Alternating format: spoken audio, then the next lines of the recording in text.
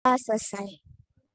Baik, sebelum saya menyampaikan agenda selanjutnya, saya akan menjelaskan nih sedikit penyampaian singkat mengenai profil dari Adidaya sendiri. Mungkin dari teman-teman peserta masih ada mungkin yang belum kenal mengenai Adidaya Inisiatif. Jadi Adidaya Inisiatif sendiri merupakan LSM atau Lembaga Swadaya Masyarakat yang bergerak di bidang energi terbarukan yang bertujuan untuk mempromosikan penggunaan energi terbarukan melalui diskusi, mempublish artikel, dan juga konten-konten di media sosial.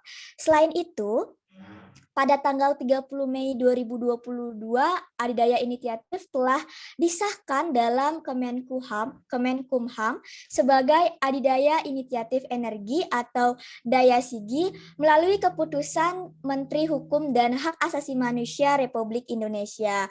Wah, selamat nih kami ucapkan kepada Adidaya Inisiatif.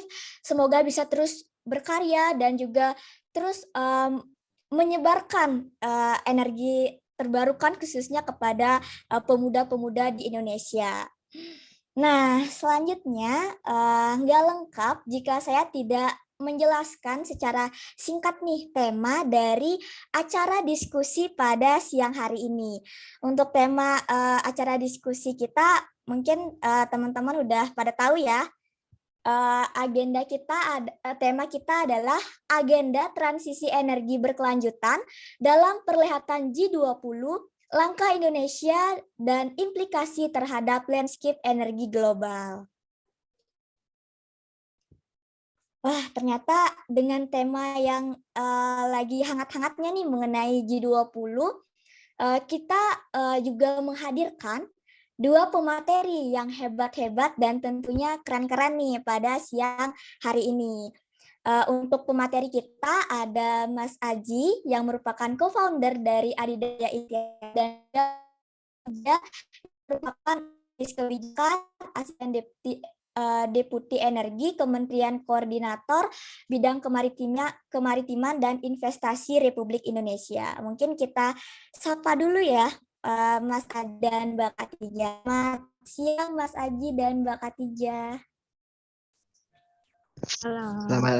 Halo, selamat siang. Selamat siang. Oke. Baik, sebelum kita memulai pemaparan materinya, saya akan membacakan tata tertib dan susunan acara pada hari ini.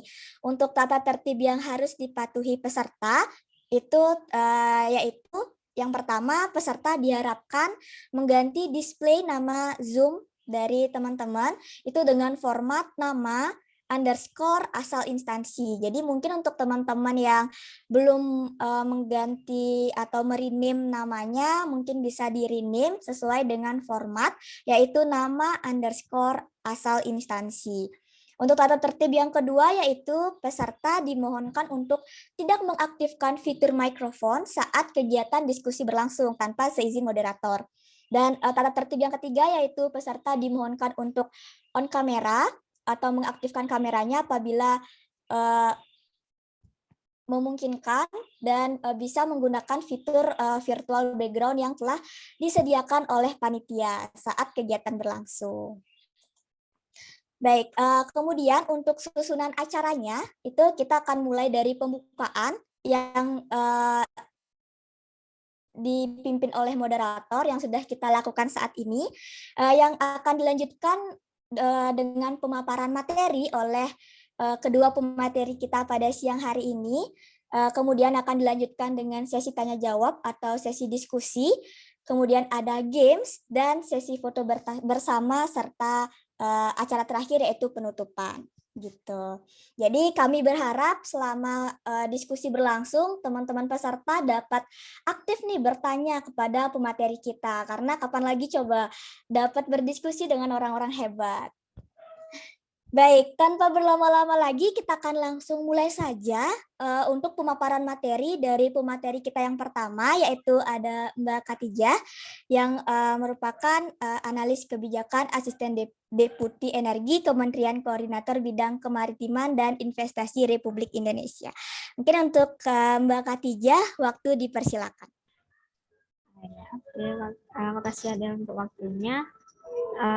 Jadi ini aku duluan nih yang presentasi. Oke, Ya, Mbak. bentar ya, share screen dulu.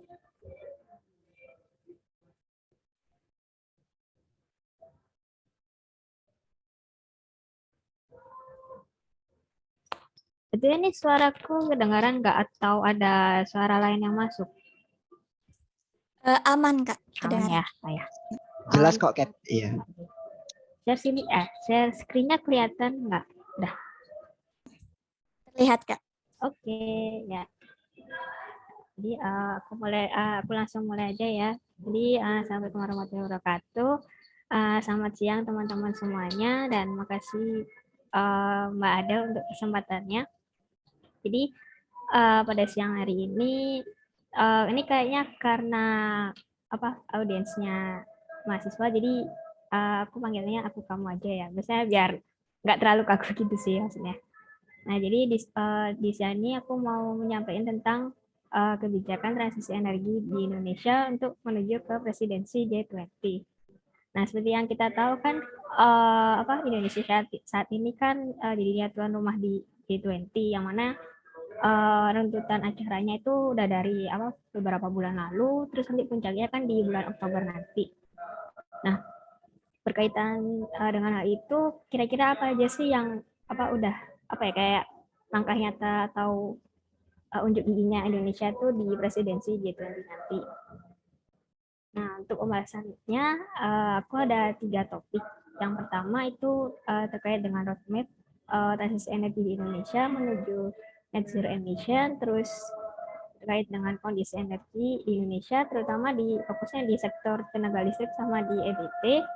Terus yang terakhir terkait, nah ini yang paling penting, kebijakan energi di Indonesia itu sejauh ini ada apa aja. Yang pertama terkait dengan roadmap NZE. Nah ini kebetulan roadmap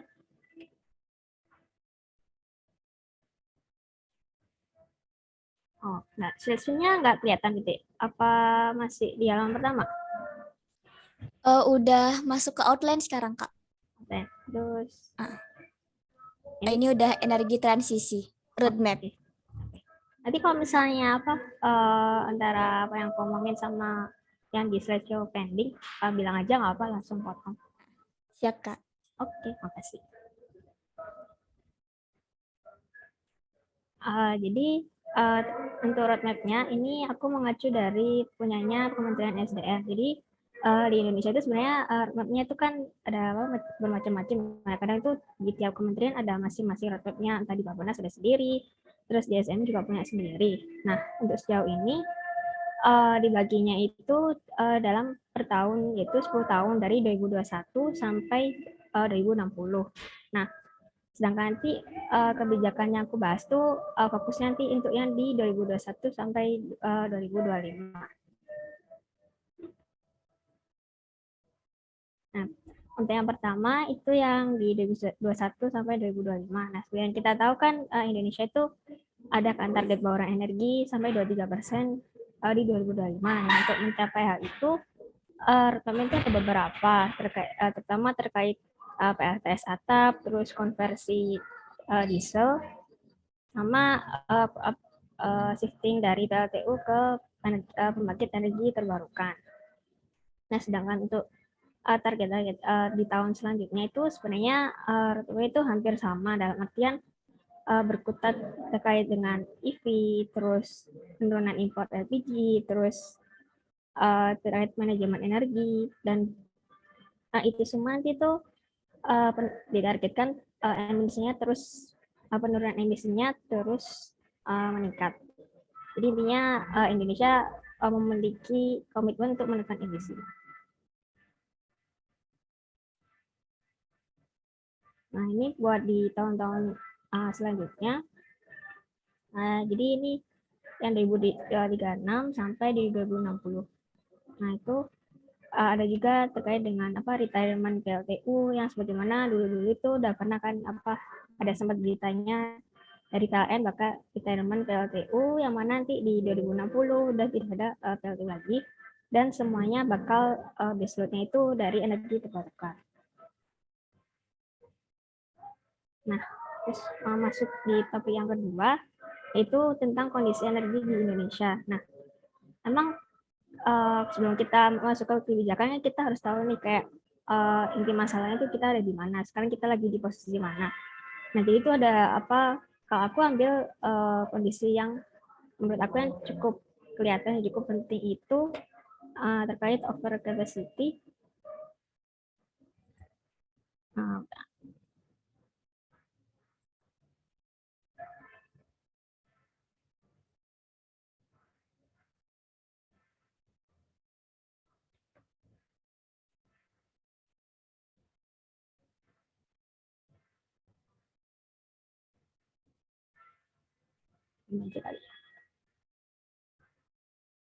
Nah, yang pertama terkait dengan over capacity.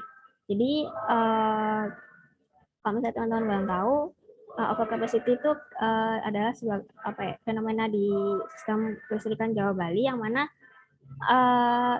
ya dari supply-nya itu lebih banyak daripada demand-nya. Nah, ini untuk penyebabnya itu karena emang pembangkit-pembangkit yang udah pembangkit yang ada selama ini tuh dia tuh udah COD duluan, padahal kan ini dari sebenarnya itu dulu presiden tuh ibaratnya kayak punya misi atau target kalau pertumbuhan ekonomi Indonesia itu lebih dari 7%.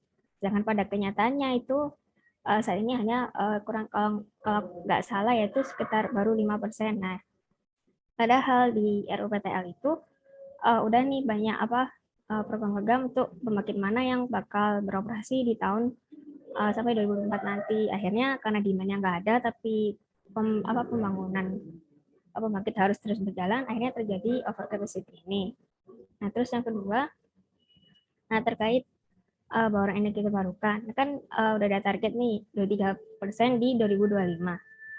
Nah, tapi pada kenyataannya hingga saat ini itu baru sekitar 12,8%. Yang mana itu kan kurang lebih setengahnya ya. Nah, padahal kita cuma punya waktu dari ya hampir 3 tahun bahkan kurang. Nah, itu gimana nih buat ngejar target bauran energi tersebut di dalam waktu sesingkat itu.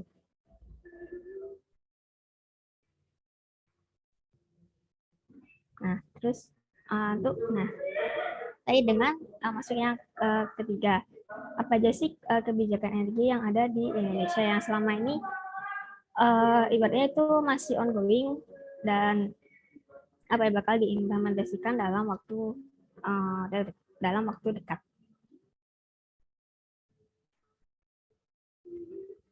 Nah, yang pertama itu program dedieselisasi atau konversi dari PLTD ke pembangkit energi terbarukan. Nah, untuk selama ini kan diesel itu dipakainya buat di daerah-daerah yang semacam daerah yang 3T atau daerah yang ibaratnya di luar Pulau Jawa gitu kan. Nah, seperti kayak di Sumatera, Kalimantan, itu kan juga banyak. Nah, diesel ini itu dia itu nggak bisa beroperasi selama 24 jam. Dia itu gantian kayak cuma ada 12 jam, terus nanti gantian dipakai yang mana. Nah, itu kan mengakibatkan kalau, padahal kan permintaan itu kan kalau bisa, kalau sesuai konsep ketahanan energi kan harusnya itu available selama 24 jam, karena itu sumber buat aktivitasnya manusia. Nah, tujuan dari programnya ini tuh yang pertama untuk mengurangi penggunaan BBM yang berbasis impor. Nah, seperti yang kita tahu, kalau Indonesia itu kan masih impor BBM ya, apalagi dengan ada efek perang Rusia dan Ukraina itu kan menyebabkan harga minyak dunia kan naik. Nah, akhirnya terjadilah kayak pembengkakan nilai subsidi buat BBM ini. Nah, terus yang kedua itu meningkatkan efisiensi pembangkit di daerah isolated. Jadi biasanya ini kita akan memanfaatkan potensi-potensi EBT yang ada di lokasi. Terus kondisi saat ini gimana? Jadi sejauh ini itu ada 5.200 PLTD yang tersebar di beberapa lokasi di Indonesia. Nah ini terkait dengan penggunaan BBM itu pada 2020 itu mencapai 2, juta kiloliter, dan itu benar-benar membuat APBN itu naik gitu. Jadi ya ibaratnya karena ketergantungan impor, akhirnya kita harus mengeluarkan uang yang lebih banyak. Nah, terkait dengan skemanya, gimana sih dari konversi dari diesel ke pembangkit energi terbarukan? Nah, ini ada 3 skema yang dipakai, yaitu yang pertama PLTD, konversi PLTD berbasis EBT, ke pembangkit berbasis EBT.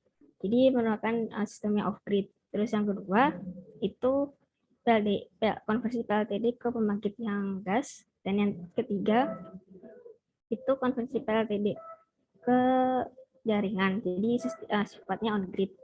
Nah, untuk yang saat ini kita masih fokusnya itu di yang PLTD ke pembangkit EBT yang bersifatnya off-grid, yang mana dibagi jadi 2 fase dengan kapasitas masing-masing. Nah, emang kebijakan ini tuh bakal berdampaknya kayak gimana? Nah, jadi ada 3. Yang pertama, yang jelas itu akan mengurangi konsumsi BBM sebesar 67 juta kiloliter, yang mana itu bakal hemat APBN banget. Terus yang kedua, itu yang jelas mengurangi emisi, dan yang terakhir meningkatkan bauran energi terbarukan. Nah, tapi sayangnya untuk sejauh ini ada kendala dari kebijakannya ini, yaitu ada syarat TKDN. Jadi TKDN itu tingkat komponen dalam negeri dari PLTS. Nah, itu syaratnya itu 40,68. Karena ini salah satu juga kebijakan dari Kementerian Perindustrian, dia sesuai arahan Presiden untuk mengurangi nilai impor juga, tapi tingkat kemampuan industri panas surya di dalam negeri itu TKDN-nya baru bisa mampunya cuma 20%-an. Nah, ini kan juga di masalah baru gitu.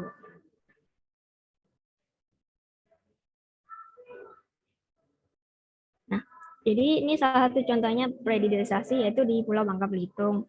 Nah, kenapa kok ada di pulau ini? Karena dia itu masuk salah satu pulau yang bakal jadi 10 Bali baru. Jadi memang programnya Kemenparekraf itu untuk membuat destinasi wisata yang baru. Nah, makanya di sini tuh karena emang tujuannya buat mengembangkan wisata. Nah, jadi masuklah si satu Pulau Bangka Belitung ini di program digitalisasi.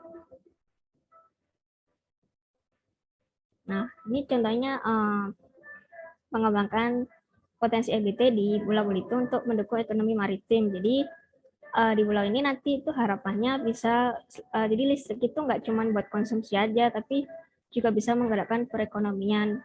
Jadi buat mobilisasi bisa pakai electric vehicle, terus nanti buat rumah-rumah, terus buat budidaya perikanan itu bisa dibantu sama energi terbarukan itu. Nah kan ini benar-benar yang kepulauan yang bersih gitulah ibaratnya, kayak sumbernya EBT, terus keberlanjutan juga. Ya, gitu.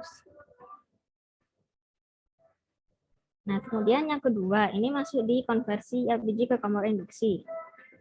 Jadi, konversi LPG ini tuh masuk ke salah satu showcase, bakal masuk ke showcase-nya G20 nanti di bulan Oktober.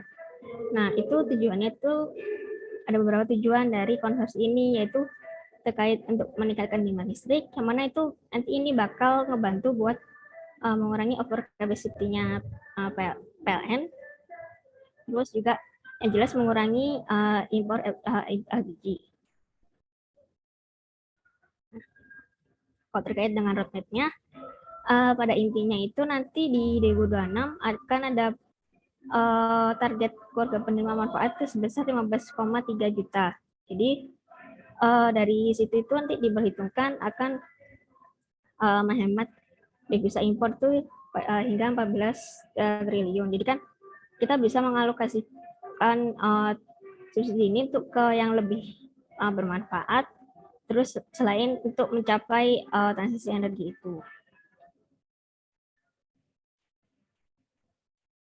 Nah, terus yang ketiga, ini terkait dengan perbandingannya lah. LPG itu gimana, kompor induksi itu gimana. Pada intinya, kompor induksi ini bakal lebih efisien dibandingkan dengan kompor LPG, baik itu dari perhitungan konsumsi listrik maupun nanti terkait dengan devisa negara. Nah, terus yang ketiga itu ada konversi BBM ke motor listrik. Jadi itu kan kalau kita selama ini kan dengarnya kayak kita beli mobil listrik atau kendaraan listrik. Nah, ini karena Indonesia itu banyak banget pengguna motor, akhirnya ada nih kebijakan untuk mengkonversi motor-motor yang berbasis BBM ke motor listrik ini. Nah, untuk roadmap-nya kurang lebih kayak gini sih. Jadi pada intinya bakal terus bertambah jumlahnya dan diharapkan membantu juga untuk transisi energi ini dan juga membantu overcapacity dari PLN itu. Nah, ini di rangkaian G20 ini dari SDM itu kalau nggak salah udah ada kayak seremonial gitulah di waktu di acara di Manggarai, ya di Kepulauan Manggarai di Nusa Tenggara. Nah, kurang lebih ya kayak gini lah maksudnya konversi itu.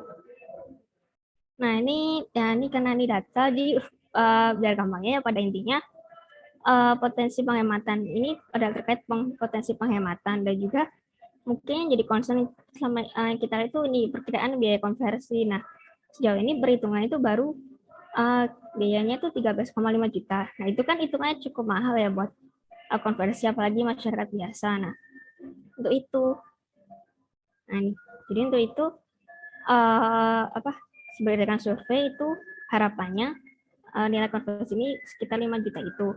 Tapi ini masih dalam tahap perhitungan kembali lagi gimana caranya biar tidak terlalu memberatkan di masyarakat. Dan untuk dampak manfaatnya bisa dirasakan sama konsumen, pemerintah maupun lainnya. Intinya pada penghematan biaya kompensasi dan juga penghematan bahan bakar.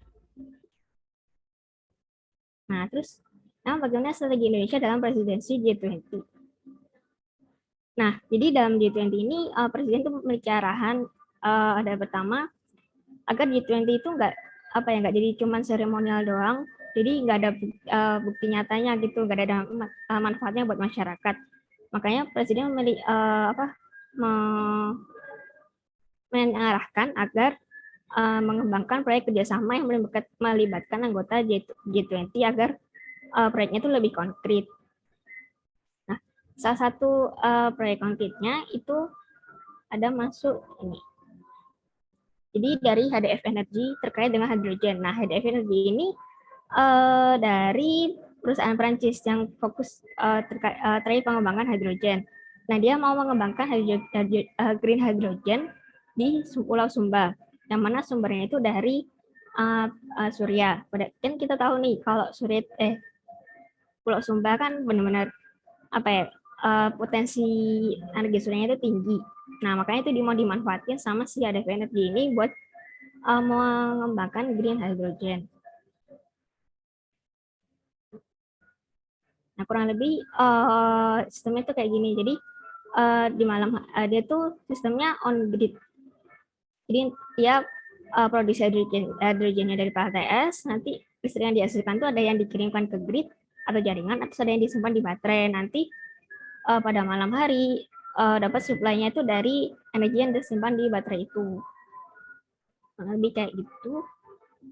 Nah, ini hitungan teknisnya mungkin buat ya FYI aja biar tahu-tahu aja gitu. Soalnya kalau bisa dilihat dari gambar yang ini kan yang hitam itu kan yang dikonsumsi, sedangkan ini tuh yang dihasilkan.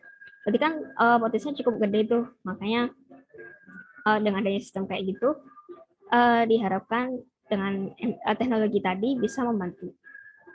Nah, jadi masuk ke kesimpulan. Jadi udah intinya G20 ini harapannya nggak jadi cuma seremonial, tapi juga bisa memberikan manfaat nyata buat masyarakat terkait transisi energi.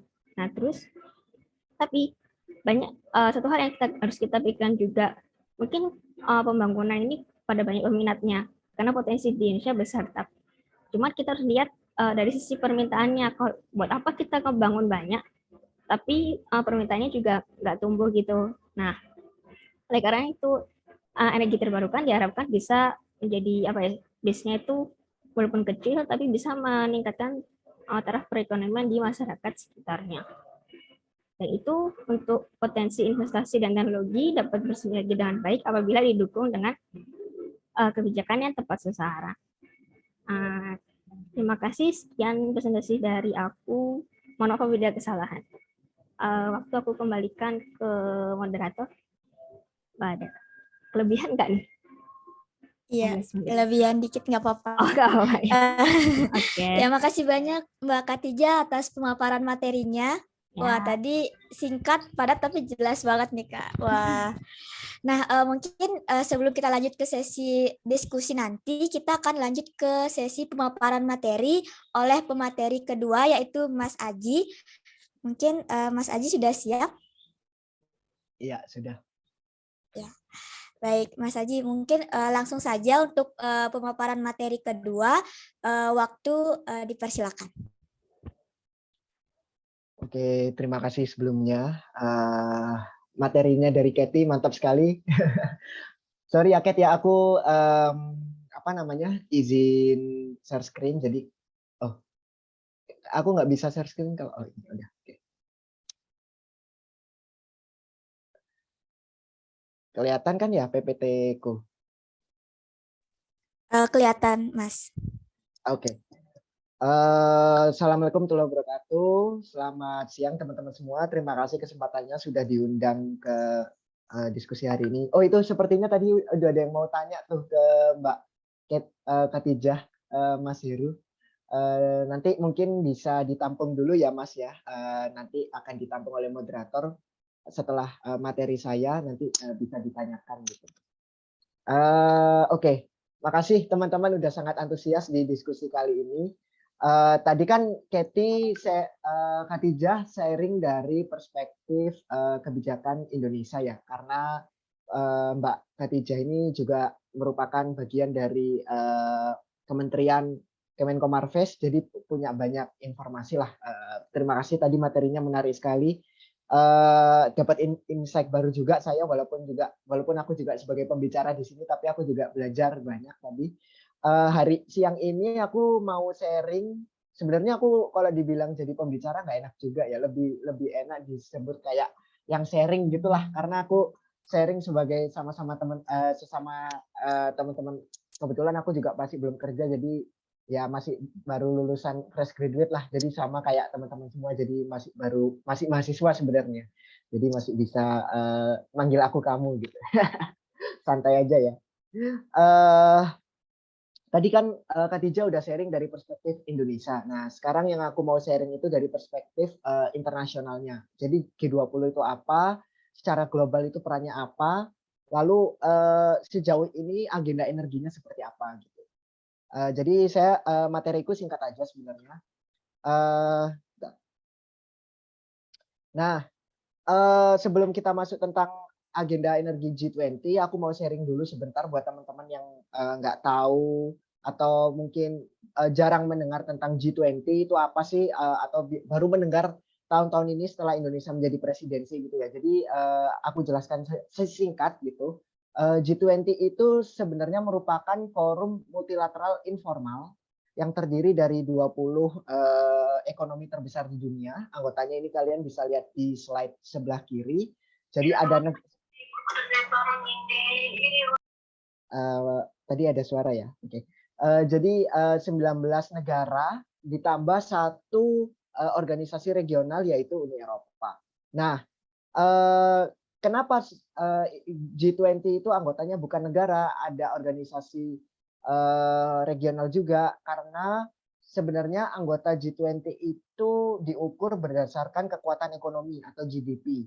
Nah, kebetulan 20 GDP terbesar di dunia itu adalah 20 entitas ini gitu. Jadi 19 negara plus satu organisasi regional. Uni Eropa itu kalau di Asia Tenggara mungkin sama kayak ASEAN gitulah ya.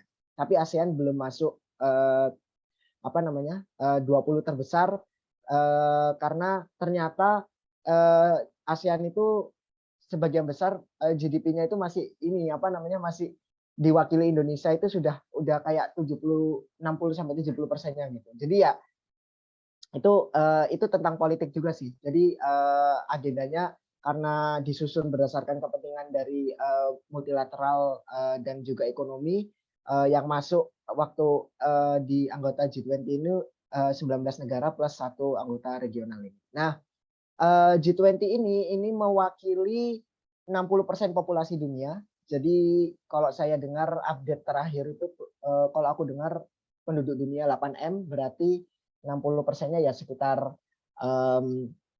hampir 5M itu merupakan penduduk dari negara G20 ini. Lalu merepresentasikan 75% ekspor global. Jadi ini merupakan organisasi yang vital untuk perdagangan dunia. Lalu juga menghasilkan 3/4 emisi global. Jadi sebenarnya kalau misalnya G20 anggota G20 ini mau bikin kayak kesepakatan iklim sendiri, itu sebenarnya sudah sangat mumpuni karena mewakili hampir semua penghasil emisi dunia. Jadi kalau misalnya G20 ini bisa berhasil mengurangi emisinya, otomatis sebenarnya target iklim kita hampir pasti tercapai gitu. Karena kontribusinya sangat besar. Tapi kalau sama juga kalau misalnya gagal G20 berarti kemungkinan besar target dunia juga tidak terpenuhi karena kalaupun 75%-nya, kalaupun 25% sisa anggota non G20 itu berhasil, tapi G20 yang 75%-nya itu gagal, berarti ya gagal juga pengurangan emisinya kan gitu. Nah, yang terakhir adalah 80% atau 4/5 ekonomi dunia itu diwakili oleh anggota G20 ini. Nah, secara garis besar G20 itu terdiri dari bekerja dalam 2 track gitu ya, dua jalur. Yang pertama adalah finance track atau jalur keuangan. Ini diwakili oleh Menteri Keuangan dan juga gubernur bank sentral masing-masing negara. Yang kedua adalah Sherpa track. Jadi Sherpa track ini kayak kumpulan menteri-menteri anggota G20 yang anggotanya itu ditentukan oleh tuan rumahnya. Jadi sebenarnya Sherpa track itu bisa berubah-ubah dari tahun ke tahun. Misalnya tahun ini Indonesia itu kalau nggak salah punya 11 working group ya dalam Sherpa track. Jadi ada working group energi transisi working group ETWG itu yang dipimpin oleh Kementerian ESDM. Lalu ada juga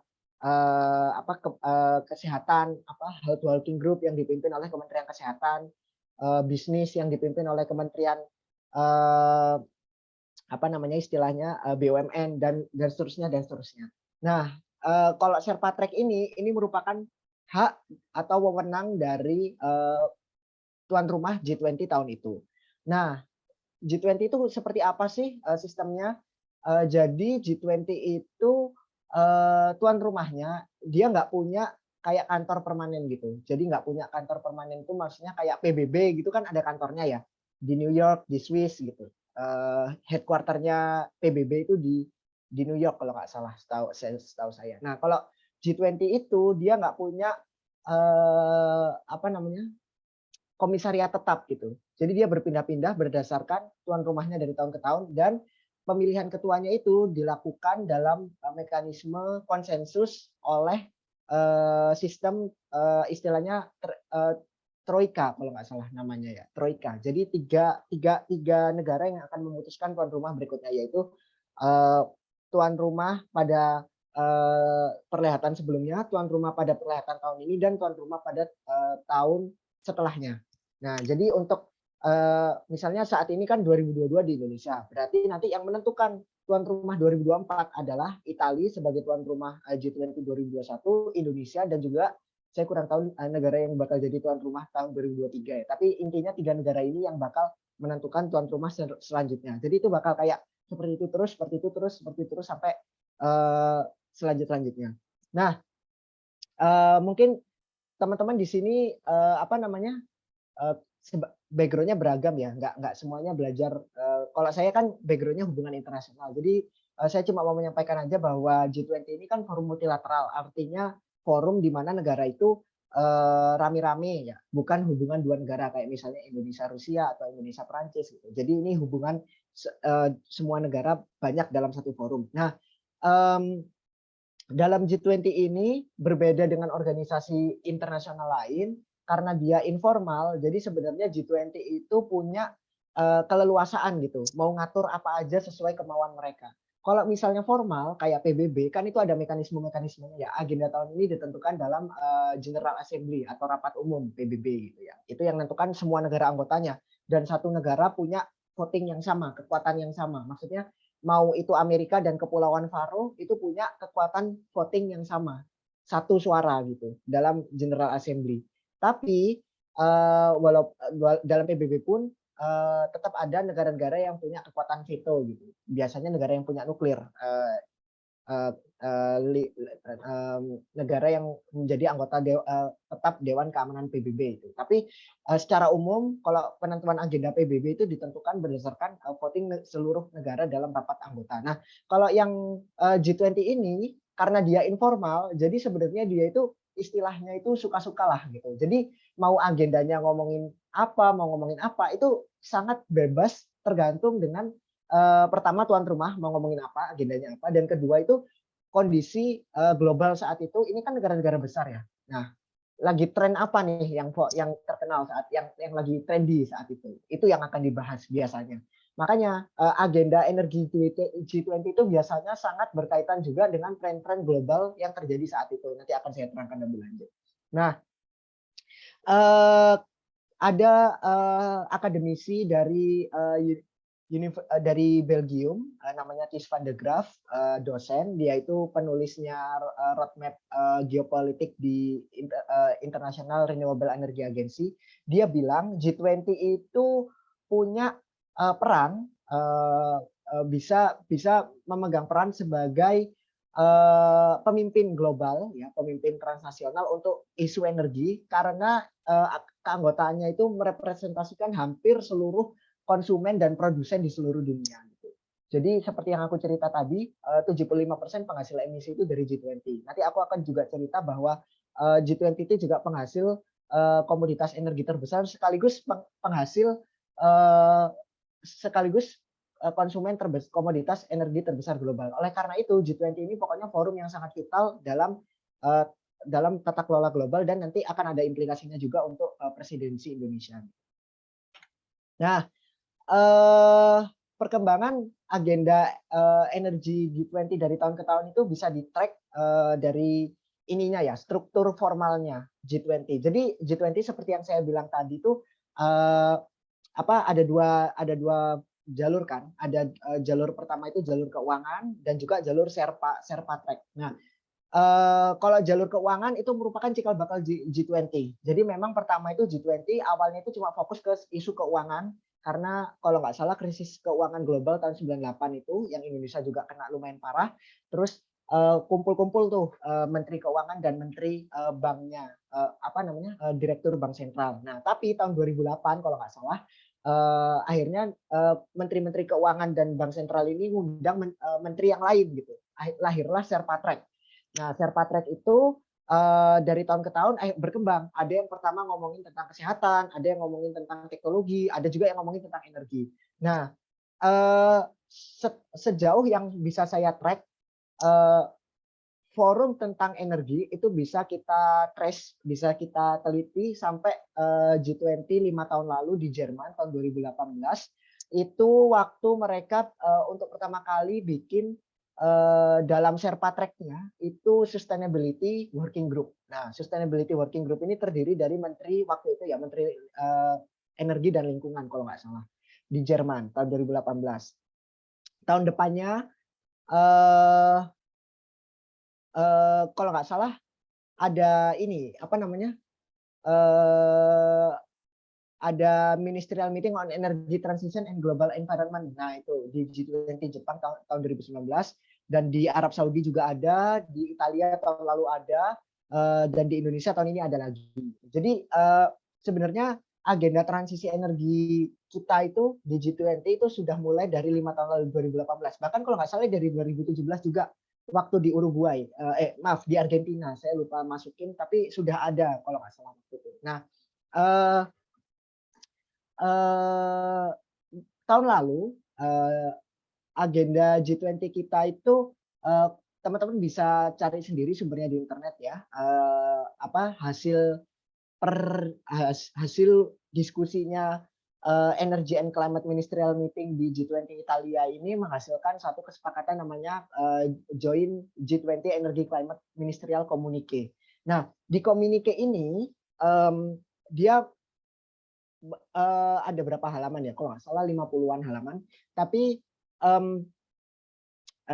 poin-poinnya itu utama fokus ke isu perubahan iklim. Hampir semua fokus ke isu perubahan iklim. Kenapa demikian? Karena sebenarnya perhelatan G20 Italia itu disetting untuk memperkuat Paris Agreement tahun 2015. Jadi setelah Paris Agreement tahun 2015, G20 itu benar-benar fokus untuk ngatur gimana caranya supaya negara-negara itu bisa inline atau selaras dengan kesepakatan perubahan iklim di Paris Agreement tahun 2015. Jadi kan targetnya ngurangin laju kenaikan suhu global sampai 1,5 derajat Celcius. Itu kan poin utamanya. Nah, untuk bisa mengurangi laju itu harus ngurangin emisi.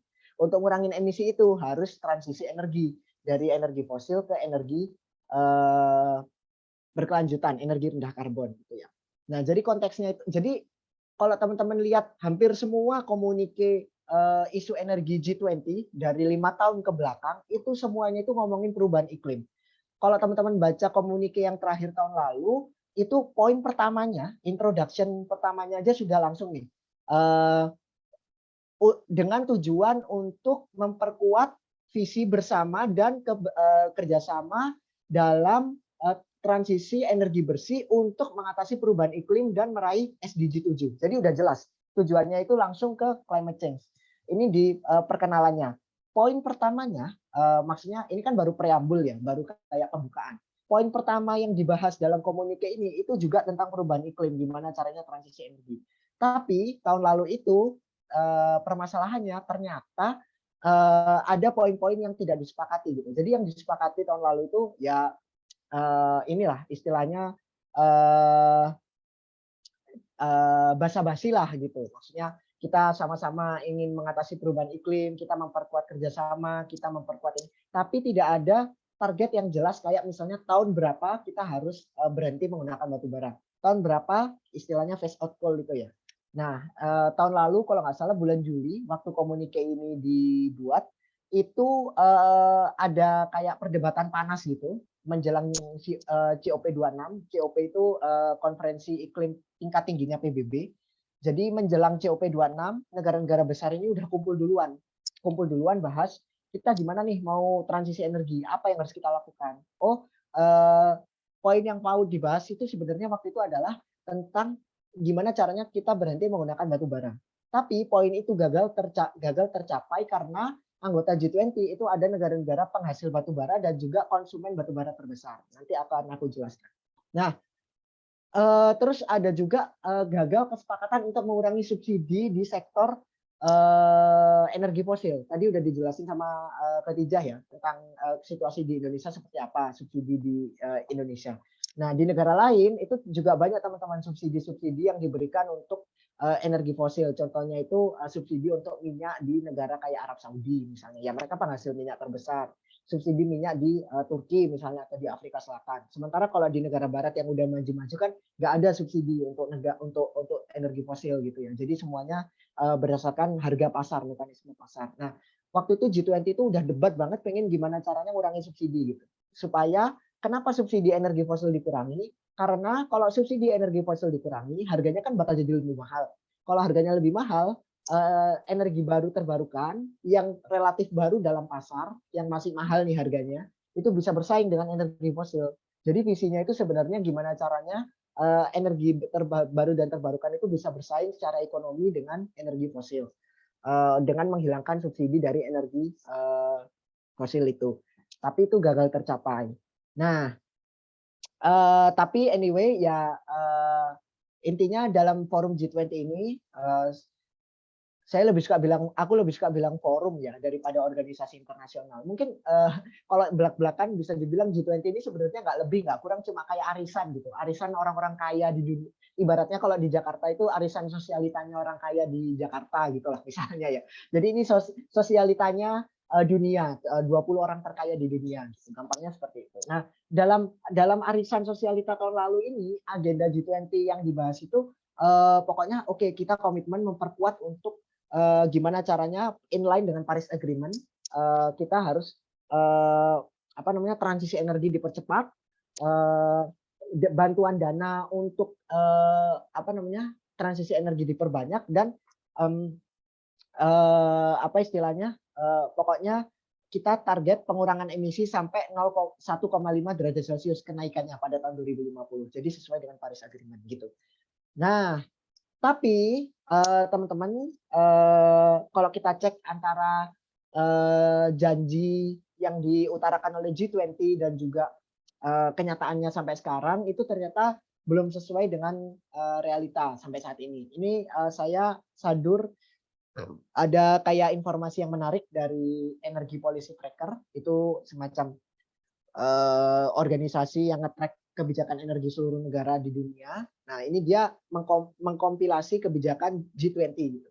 Nah, terlepas dari kesepakatan yang disepakati oleh negara-negara G20 ya, dari 5 tahun lalu sampai yang di Italia, itu semuanya komitmennya seragam. Pokoknya gimana caranya kita memperkuat komitmen untuk Paris Agreement. Nah, tapi ternyata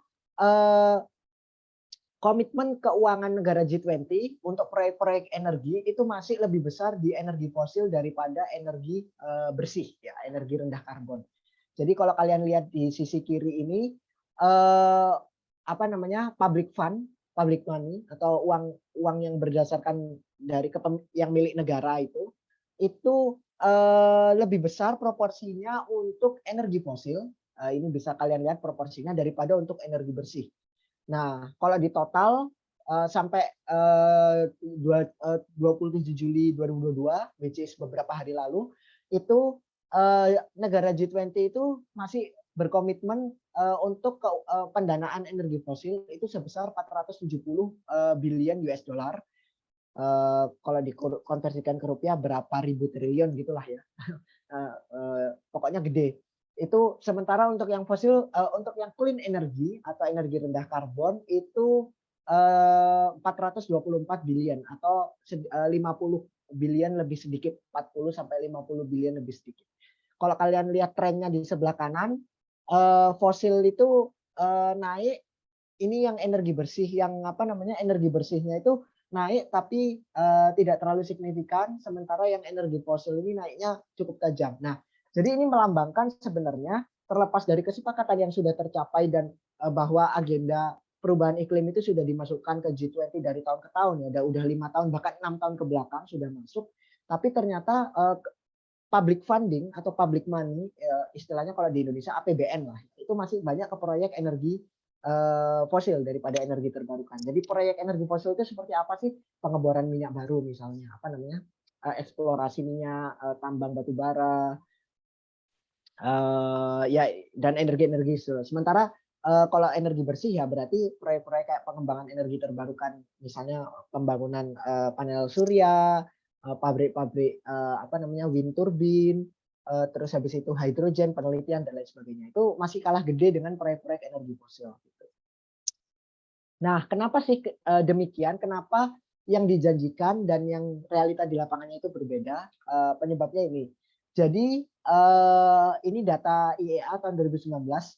Saya belum dapat data terbarunya tahun 2022, tapi karena pandemi tahun 2020 dan rebound economic recovery tahun 2021, saya kira ini masih relevan untuk digunakan saat ini. Jadi kalau kita lihat proporsi suplai energi negara anggota G20 sampai tahun 2019 itu sebenarnya masih didominasi oleh energi fosil, yaitu batu bara, minyak, natural gas, dan ya di 3 ini ya. Kalau kita lihat Saudi Arabia bahkan hampir 100% itu minyak dan gas gitu ya. Terus Australia itu masih batu bara, minyak, gas. South Africa juga, ini yang proporsi energi bersihnya ini mulai dari apa namanya waste sampai solar ini nggak ada yang dominan di sini. Paling cuma Prancis yang dominan karena nuklir, dia 70% pembangkit listriknya dari nuklir gitu. Tapi itu juga cuma Prancis doang, dan mereka juga kalau di total nggak cuma energi pembangkit listrik ya, sektor apa namanya power sektor yang dihitung, tapi juga seluruhnya itu mereka juga masih sekitar 40% bergantung ke energi fosil. Jadi sebenarnya permasalahan dari G20 adalah mereka itu maksa transisi energi, tapi sebenarnya mereka sendiri itu juga belum melakukan transisi energi itu, seenggaknya sampai tahun 2019. Mungkin harus dicek data terbaru tahun ini ya, tapi sepertinya belum ada perubahan yang signifikan juga. Tadi kan Katie sempat juga share ya bahwa target kita yang 23% tahun 2025 itu, tapi sampai saat ini kalau nggak salah EBT baru 12% ya tadi datanya. Jadi Indonesia itu masih sama dengan negara-negara lain G20 lain itu masih didominasi oleh batu bara, masih energi fosil ya secara garis besar. Itulah mengapa apa namanya funding kita atau proyek-proyek keuangan kita itu lebih banyak ke energi fosil daripada ke energi apa namanya bersih, karena ya masih untuk melanjutkan apa yang ada saat ini, dan juga istilahnya itu masih butuhlah kita energi fosil dalam apa namanya kebutuhan energi kita saat ini banget. Nah, penyebab kedua dalam G20 kenapa G20 itu susah gitu memenuhi janjinya untuk perubahan iklim, itu yang pertama. Dan yang kedua, susah untuk membuat janji poin-poin yang sangat detail dan progresif untuk mengatasi isu perubahan iklim. Seperti yang saya bilang tadi kan gagal ya G20 dalam kesepakatan phase out coal dan juga mengurangi subsidi. Kenapa? Karena ini ada politiknya teman-teman. Mungkin kalau aku bahasanya terlalu teknikal atau terlalu politik yang kalian nggak paham, langsung potong aja, tanya aja ya gitu. Maaf, aku mungkin terlalu cepat bahasnya. Jadi dalam G20 itu semua negara itu punya background politik yang beda-beda teman-teman. Jadi ada yang ekonominya sudah negara maju, developed countries istilahnya ya, negara yang diukur berdasarkan GDP dan kemajuan teknologi dan lain, dan itu ya pokoknya negara-negara yang maju. Mayoritas itu anggota OECD atau OECD itu negara-negara yang pokoknya bekas penerima bantuan Marshall Plan waktu pasca Perang Dunia Kedua kalau nggak salah. Jadi itu negara-negara koalisi Barat lah, gampangnya seperti itu, koalisinya Amerika, Eropa gitu. Nah, negara-negara OECD ini rata-rata udah maju, itu ada mereka itu yang tidak tergantung dengan fossil fuel. Dalam artian ekonominya itu mereka sebenarnya itu punya sektor-sektor lain yang nggak harus bergantung ke produksi energi fosil. Itu adalah negara-negara ini yang ada di sisi kiri paling jauh.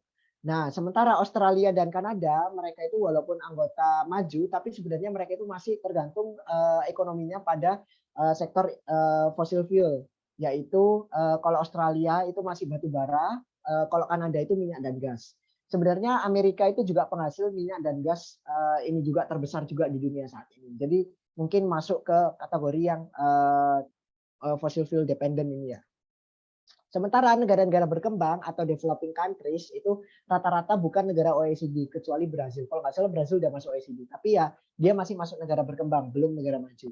Nah, di negara berkembang ini ada negara-negara yang bergantung pada energi fosil. Indonesia salah satunya karena kita merupakan penghasil energi batu bara ya, penghasil komoditas batu bara terbesar, salah satu yang terbesar di dunia. Terus ada Arab Saudi, Rusia itu jelas bergantung pada minyak dan gas. Afrika Selatan juga minyak dan gas dan batu bara, Brazil minyak, Meksiko juga minyak kalau nggak salah. Nah, sementara negara-negara lain sisanya ini merupakan negara konsumen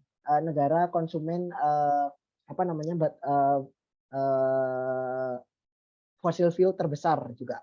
Nah, jadi karena perbedaan latar belakang ini susah untuk mencapai suatu kesepakatan. Oke, kita bakal meninggalkan batu bara pada misalnya waktu tahun lalu G20 itu pengen meninggalkan batu bara pada tahun selambatnya 2025, selambatnya 2030. Itu gagal. Kenapa? Karena negara-negara produsen di sini dan juga negara konsumennya di sini yang masih bergantung pada batu bara itu pada nolak. Ya nggak maulah kita ninggalin batu bara. orang kita masih sebagian besar kita konsumen batu bara gitu. Di sini sebagian besar kita masih produsen batu bara, gimana mau kita ninggal gitu. Itu beratnya di situ. Nah, subsidi energi fosil juga Arab Saudi dan Rusia sebagai produsen minyak itu menentang keras penghapusan subsidi minyak gitu. Kenapa? Karena itu bakal mempengaruhi ekonomi mereka. Kan mereka yang penghasil minyak terbesar kan. Jadi dengan adanya subsidi mereka itu diuntungkan sebenarnya karena produknya terbeli terus kan. Jadi negara-negara lain, sementara negara-negara yang pro dengan maksudnya kayak oke, kita bikin kebijakan yang sangat progresif untuk perubahan iklim itu yang ada di sisi kiri ini, mereka ini kayak maksa-maksa penghapusan subsidi lah, transisi energi, tapi mereka nggak bisa kayak memahami kebutuhan ekonomi dari negara yang di sebelah sini. Intinya seperti itu. Nah, terus ada juga politik-politik lain yang sangat berpengaruh jadi dalam G20 itu banyak koalisi-koalisi yang sebenarnya negara-negara itu punya kepentingan sendiri-sendiri. Jadi ada koalisi OECD atau negara-negara maju itu yang tadi saya cerita itu biasanya dengan negara non OECD itu kayak punya perbedaan pandangan. Negara OECD karena udah maju dia sangat oke, kita kedepankan teknologi, kita kedepankan transisi energi gitu. Sementara negara non OECD itu kayak oke, pelan-pelan dulu dong, kita belum siap nih, kita masih sangat bergantung dengan energi fosil. Seperti itulah intinya. Terus ada juga koalisi BRICS atau Brazil, Rusia, India, Cina, dan South Africa. Jadi negara-negara yang hampir maju tapi bukan termasuk negara G7. Negara G7 itu ekonomi terbesar di dunia yang 7 besar. Jadi ada G20, ada G7. G7 itu negara-negara ini nih, Uni Eropa, Jerman, Amerika, pokoknya koalisi Barat. Jadi awalnya G8 tapi Rusia dikeluarin karena udah nggak sesuai dengan visinya G7. Jadi awalnya anggotanya 8 jadi ada 7 sekarang. Nah, G7 ini koalisi Barat, negara yang ekonomi terbesar.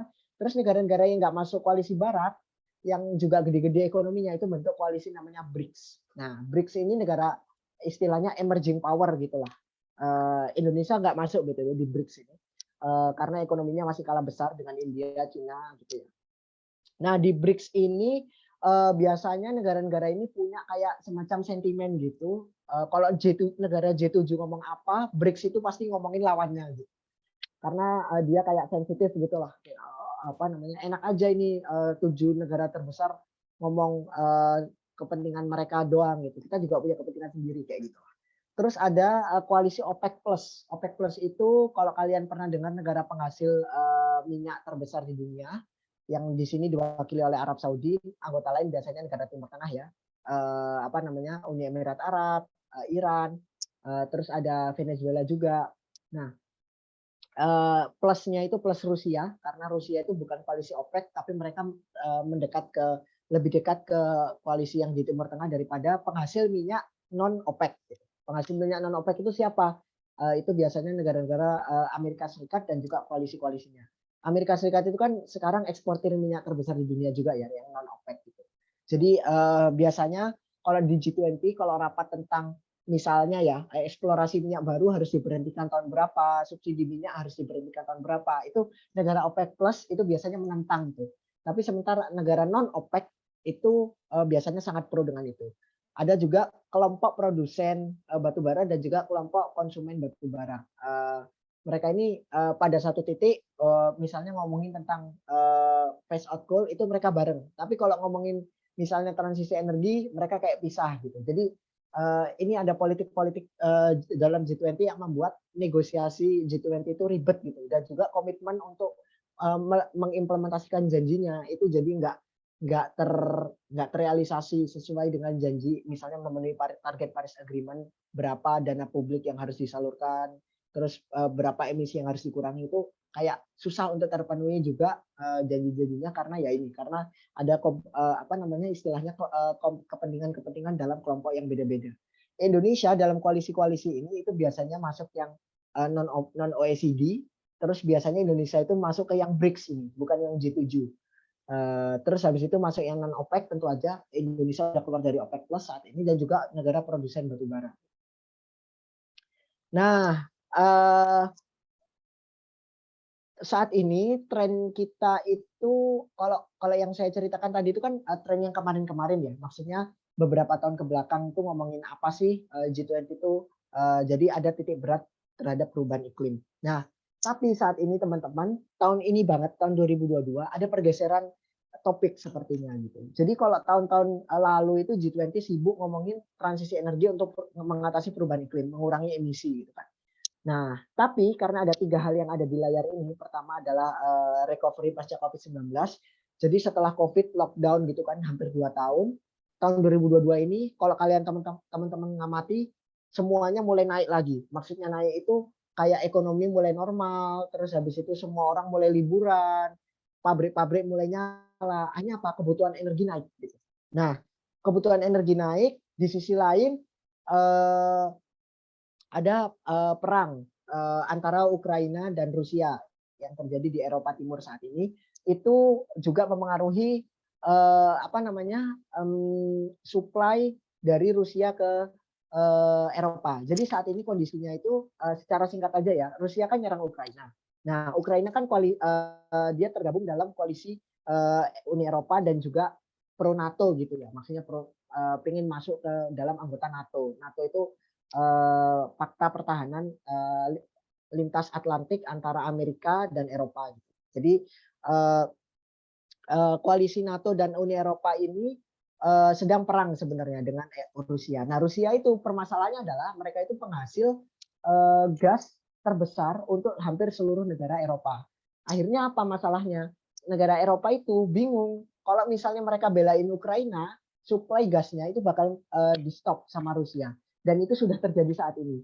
Waktu Uni Eropa dan NATO berkali-kali ingin bantu Ukraina, Rusia itu ngancem-ngancem terus. Ya udah, kita putus nih suplai gas di istilahnya Nord Stream 1. Jadi Rusia itu punya beberapa jalur pipa gas ke Eropa. Yang Eropa itu sangat tergantung dengan pipa gas itu untuk memenuhi pembangkit listrik dan juga pendingin istilahnya pemanas ruangannya itu ya Kak untuk musim dingin di Eropa. Nah, itu Rusia udah ngancam-ngancam nih. Bahkan yang terbaru kemarin kita bakal Rusia bilang kita bakal ngurangin supply dari Nord Stream 1 kalau Uni Eropa dan NATO masih ngancem-ngancem belain Ukraina gitu. Pokoknya kita gimana caranya Rusia harus menguasai Ukraina. Itu visi misinya Vladimir Putin kan. Nah, itu berpengaruh karena negara-negara Barat ya, OECD, Uni Eropa yang awalnya sangat fokus tentang transisi energi dan perubahan iklim, sekarang udah nggak mikir itu. Kenapa nggak mikir itu? Karena mereka bingung nih. Aduh, supply energi gua gimana ya gitu. Supply energiku ini nggak bisa terpenuhi. Kalau ini aku diancam-ancam gini terus, aku bisa blackout. Negara bisa nggak punya energi sama sekali. Blackout itu mati lampu gitu ya. Udah nggak punya sumber energi sama sekali gitu. Karena kayak Jerman. Jerman itu kayak bergantung dengan impor Rusia itu hampir 50% dari total energi primernya, gitu, supply energi primernya. Tergantung itu. Austria apalagi 100% gasnya itu impor dari Rusia semua gitu. Jadi itu kayak mereka tuh bingung gitu saat ini. Waduh, ini kalau misalnya gua diputus nih suplai gas dari Rusia, kita bisa kalut ini negara. Jadi ada pergeseran fokus gitu ya. Yang awalnya fokus ke perubahan iklim, ngomongin tentang gimana caranya ngurangin emisi, ke energi security atau keamanan energi. Keamanan energi itu apa sih? Kemampuan suatu negara untuk memenuhi suplai energi untuk memenuhi kebutuhan energinya gitu. Nah, jadi sekarang negara-negara itu yang awalnya fokus ke perubahan iklim, sekarang fokus gimana caranya ngamanin energinya gitu. Jadi Uni Eropa sekarang fokusnya udah nggak ngomongin ke perubahan iklim lagi gitu. Nah, di satu sisi karena ada COVID recovery dan juga perang di Ukraina itu juga berpengaruh itu juga diperparah ya dengan inflasi. Jadi saat ini tuh karena pasca Covid itu negara-negara itu kayak berusaha gimana caranya balikin ekonomi, suku bunga bank itu direndahkan supaya suku bunga bank sentral itu direndahkan supaya istilahnya itu uang banyak yang beredar di pasaran dan kegiatan ekonomi itu berjalan. Akhirnya terjadi inflasi. Oh ya maaf, sepertinya waktu saya udah habis ya. Udah habis dari 10 menit. Oke, maaf. Sebentar aja ya, sebentar.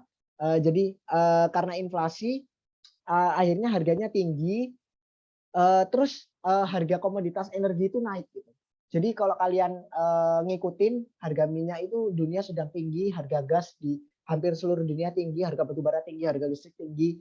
Akhirnya negara-negara itu bingung, waduh ini gimana ya? Udah kita nggak bisa mengamankan supply, harganya tinggi. Ini kalau dibiarin gini terus kita bisa-bisa bangkrut ini negara kayak Sri Lanka yang terjadi di Sri Lanka saat ini kan karena inflasi super tinggi, terus juga krisis ekonomi, akhirnya mereka nggak bisa memenuhi kebutuhan energi dalam negerinya.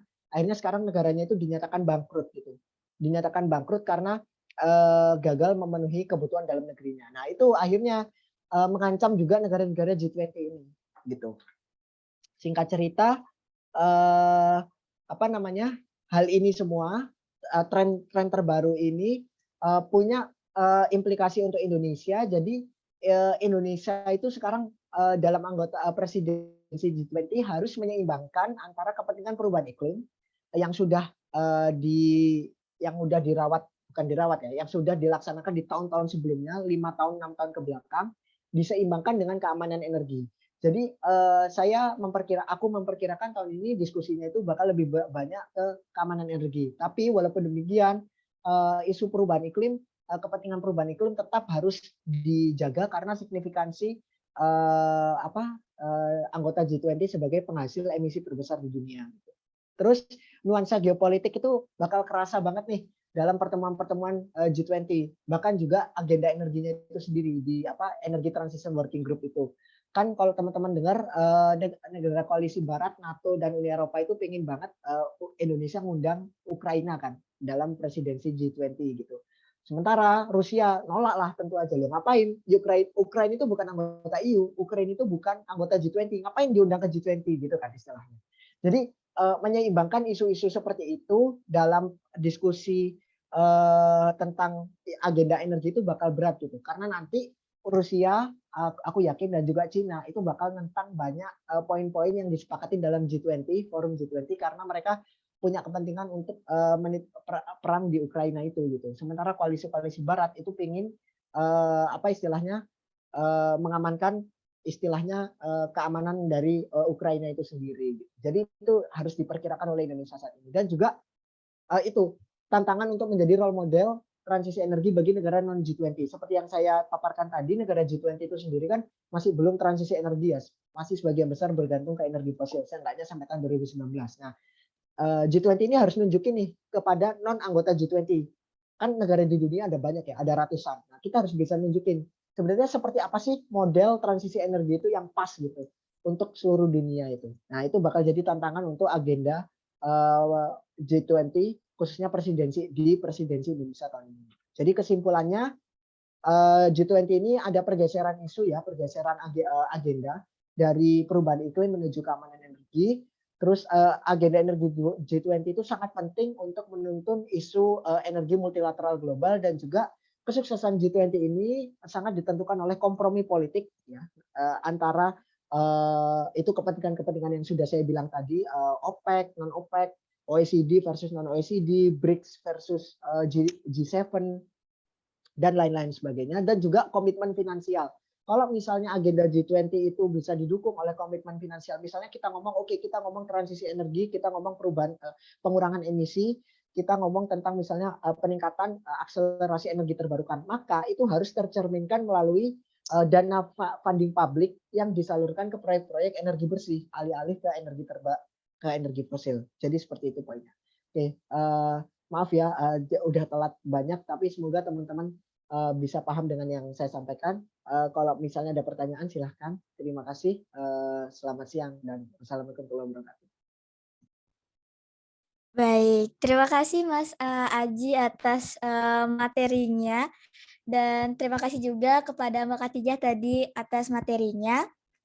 Seru banget ya, sampai kita lupa nih waktunya gitu, udah berjalan gitu saking menyimak gitu materi yang tadi diberikan oleh Mbak Khadijah sama Mas Aji. Nah, selanjutnya kita akan masuk ke sesi diskusi. Jadi untuk teman-teman peserta yang mungkin masih ada yang mengganjal atau ada pertanyaan, boleh banget disampaikan. Itu boleh di unmute mikrofonnya atau mau diketikkan di kolom chat juga bisa nih gitu. Mungkin dari teman-teman ada yang ingin ditanyakan, bisa raise hand. Atau pertanyaan dari aku dulu nih untuk Mas Aji sama Mbak Khatijah. Mungkin bagaimana sih Indonesia dapat menyelaraskan target dan kebijakan energi anggota G20 untuk mengakselerasi transisi energi global? Itu gimana ya? Mas Aji atau Mbak Khatijah boleh dijawab.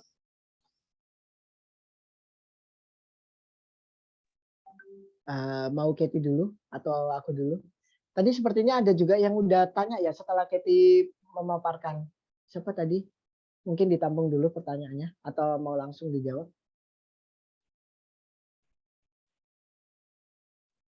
Mungkin boleh langsung dijawab, nggak apa-apa, Mas. Oh ya. Mas Aji dulu, Mas Aji dulu. gimana gimana caranya Indonesia bisa menyelaraskan ya?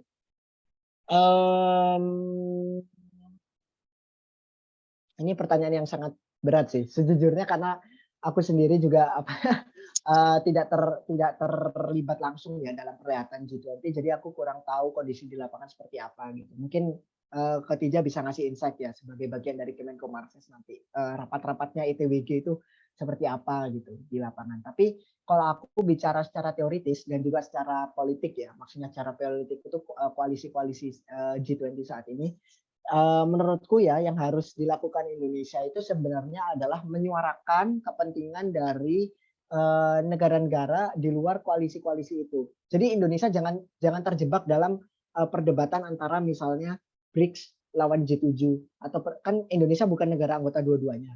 Gitu. Jadi jangan memihak ke antara itu gitu. Jadi fokus ke tengah dan misalnya membawa kepentingan dari justru negara-negara yang anggota negara selatan, istilah global south ya, global south, negara-negara berkembang seperti negara-negara yang butuh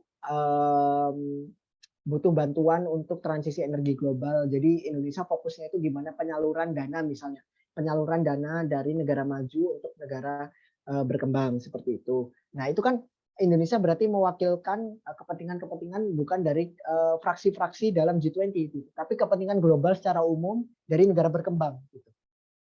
Nah, kalau Indonesia bisa konsisten di jalur ini, tidak terjebak misalnya dalam politiknya, itu saya yakin Indonesia itu bisa kayak apa ya? Jadi tuan rumah yang disegani lah gitu. Karena Indonesia nggak memihak gitu istilahnya. Dan Indonesia punya pendirian teguh untuk melaksanakan agendanya sendiri, bukan agenda dari masing-masing fraksi-fraksi politik itu tadi. Gitu. Secara teoritis itu ya gampang ngomongnya, tapi di pelaksanaannya di lapangan pasti susah gitu. Terus ini ya Indonesia juga harus jadi role model gitu, role model dalam transisi energi. Maksudnya role model itu apa sih? Kita kan tuan rumah ya, jadi kita harus menunjukkan kalau kita punya komitmen juga untuk transisi energi. Sebenarnya ini harus diselesaikan di level domestik gitu, sebelum dibawa ke forum G20. Gimana caranya? Yang paling gampang, ya, yang paling kelihatan komitmennya kalau Indonesia pro transisi energi itu sebenarnya apa sih? Menyelesaikan itu revisi Undang-Undang Energi Baru dan Energi Terbarukan, RUU EBET itu ya namanya sekarang di DPR. Itu kan sampai sekarang belum tuntas. Kita udah bahas itu dari tahun 2019 sampai tahun 2022, sampai sekarang belum disahkan oleh anggota Dewan. Masih ada perdebatan lah gimana caranya mengeluarkan energi baru dari undang-undang itu, tapi malah sama anggota Dewan dijadikan pasal tersendiri sekarang, bahkan namanya sekarang udah dipertegas energi baru dan energi terbarukan, EBET gitu. Dulu kan energi baru dan terbarukan, EBT istilahnya. Sekarang namanya EBET. Nah, kalau Indonesia bisa menyelesaikan rancangan undang-undang energi baru dan energi terbarukan ini sesuai dengan semangat transisi energi yang maksudnya yang progresif ya, yang progresif itu maksudnya yang pro dengan energi terbarukan banget, maka ini bakal jadi sinyal gitu untuk negara-negara lain. Oh ternyata Indonesia juga konsisten ya dengan agenda transisi energinya gitu. Terus juga roadmap-nya dipertegas. Kita kan punya roadmap transisi energi yang udah dipresentasikan oleh Khatijah tadi ya. Yang sampai 2050 itu. Tapi roadmap-nya saya kira belum detail dan belum ada publikasi jelas buku roadmap-nya itu seperti apa. Apa memang masih dalam pembahasan ya, Kat ya? Nanti mungkin bisa diklarifikasi oleh Katie. Aku pikir Indonesia harus nunjukin, oke kita punya roadmap sampai 2050, dan roadmap ini harus menjadi rujukan gitu dalam kebijakan-kebijakan turunannya. Misalnya keputusan presiden, keputusan menteri, peraturan menteri gitu ya. Terus juga rancangan energi di daerah, RUED, RUEN. Kan RUEN ini habis ini mau direvisi ya. Nah, itu harus mengacu ke roadmap itu gitu. Jadi itu sih ada 2 poin utamanya tadi ya. Apa namanya? Patut maksudnya secara internasional jangan terjebak dalam fraksi-fraksi politik yang saya jelaskan tadi, fokus pada kepentingan negara berkembang, menyalurkan dana dari negara maju ke negara berkembang, itu pertama untuk transisi energi. Dan kedua, lead by example, lead by giving example. Jadi kita harus menunjukkan komitmen juga melalui perumusan kebijakan yang progresif untuk transisi energi melalui pengesahan RUU EBT dan juga roadmap transisi energi yang diikuti oleh aturan-aturan turunan yang baik juga. Itu dari saya sih. Mungkin Katie bisa melanjutkan. Ya. Oke. Jadi aku mau nambahin dikit. Sebenarnya tadi jawabannya Mas Haji itu udah cukup komprehensif, sudah jelas ya, apalagi dari sisi politisnya. Kalau misalnya dari aku mau nambahin dikit, terutama terkait sama kebijakan. Kalau misalnya ngomongin kebijakan, itu kan buat studinya, masing-masing negara kan punya kebijakan masing-masing. Maksudnya kayak entah kebijakan di teknologi, entah kebijakan di pro di masing-masing negara itu gimana. Nah, dari hal itu tuh menurut aku yang paling penting adalah di adaptasinya aja sih. Dalam artian kayak mungkin kebijakan transisi energi di Eropa sama Indonesia kan beda. Nah, itu kita bisa ngambil nih mana sih poin mana yang sekiranya bisa cocok sama Indonesia. Kan kalau misalnya di Indonesia kan negara kepulauan, negara maritim, berarti kan kita harus lebih fokusnya di situ gitu buat nunjukin energi terbarukan di bidang kemaritiman misalnya. Nah, terus kalau terkait dengan G20-nya mungkin bisa disambungin sama arahan presiden tadi yang sempat aku paparin terkait showcase-nya G20. Jadi di G20 nanti itu kan di Oktober ada namanya showcase. Nah, itu di mana dia nunjukin proyek-proyek EBT apa aja sih yang Indonesia udah punya. Nah, di showcase itu nanti presiden itu minta kayak G20 ini jangan sampai cuman sebagai seremonial aja, kayak negara-negara anggota itu kayak gini loh, maksudnya komitmen gini, cuman nggak ada manfaat atau bukti realnya. Nah, oleh karena itu di showcase itu ada nih syarat-syarat proyek mana yang bisa masuk ke situ, terus nanti bakal ditunjukin sebagai komitmen. Misalnya di showcase itu ada 4 sebenarnya. Yang pertama itu yang tadi yang HDF Energy Hydrogen yang bakal dibangun di Sumba, itu kerjasama dengan Prancis. Terus yang kedua itu ada co-firing amonia, itu nanti di PLTU Gresik, itu kerjasama sama Jepang kalau salah. Terus ada juga pemetaan kelistrikan, itu kerjasama sama US kalau nggak salah. Terus satu lagi nih aku lupa sih kalau nggak salah, terkait dengan kelistrikan juga. Nah, terus kalau misalnya yang lainnya itu juga ini masuk ke PLTS Cirata, itu juga masuk gitu di bagian nanti showcase-nya nanti. Jadi dari showcase itu bakal nunjukin ini loh posisi Indonesia, kita komitmen nih dengan bukti gini-gini. Nah, berkaitan di pertanyaannya Mas Haji yang terkait dengan roadmap, itu sebenarnya emang Indonesia itu nggak punya roadmap satu yang bakal jadi acuan semuanya. Nah, masing-masing kementerian dia ngeluarin sendiri-sendiri, Bappenas sendiri, SDM-nya sendiri, bahkan Kemenkominfo itu juga nggak punya. Padahal kan di Kemenkominfo itu kan sebagai koordinator ya, dia koordinatornya SDM sama kerjasama sama kementerian lainnya juga. Nah, itu harusnya sih Kemenkominfo itu juga punya roadmap sendiri terkait energi transisi ini. Jadi benar-benar acuannya itu dari situ. Nah, sayangnya karena masing-masing kementerian itu kayak ada ya urusan ego sektoral masing-masing, terus kita tuh susah gitu loh buat menyamakan semua kementerian di satu halaman yang sama, kayak we are not on the same page. Itu tuh susah banget karena masing-masing ada kemauan kayak kepentingannya. Nah, Kemenkominfo di sini tugasnya itu buat membawahi tujuh kementerian teknis. Jadi tuh kalau misalnya buat FYI aja ya, Kemenkominfo ini dia membawahi 7 kementerian. Nah, itu ada SDM, terus ada KKP atau Perikanan, terus Kementerian Perhubungan, terus Kementerian Parekraf, terus Kementerian Investasi, terus satu lagi itu ini SDM itu juga masuk. Nah, jadi tujuannya itu biar tujuan kita itu buat bottlenecking kebijakan yang dikeluarkan sama Kementerian Teknis tersebut, kayak mengontrol gimana gitu loh roadmap-nya progresnya baik selama ini, apakah udah sesuai roadmap atau belum. Nah, kita antar nge-push mereka gimana caranya kita di satu pemikiran yang sama gitu untuk menuju langkah ke transisi energi itu sih. Dan oh iya, buat ETWJ itu kan Energy Transition Working Group, itu kebetulan yang pegang lebih ke SDM sih. Nah, itu aja sih mungkin kalau dari aku. Baik, Jelas ya? makasih.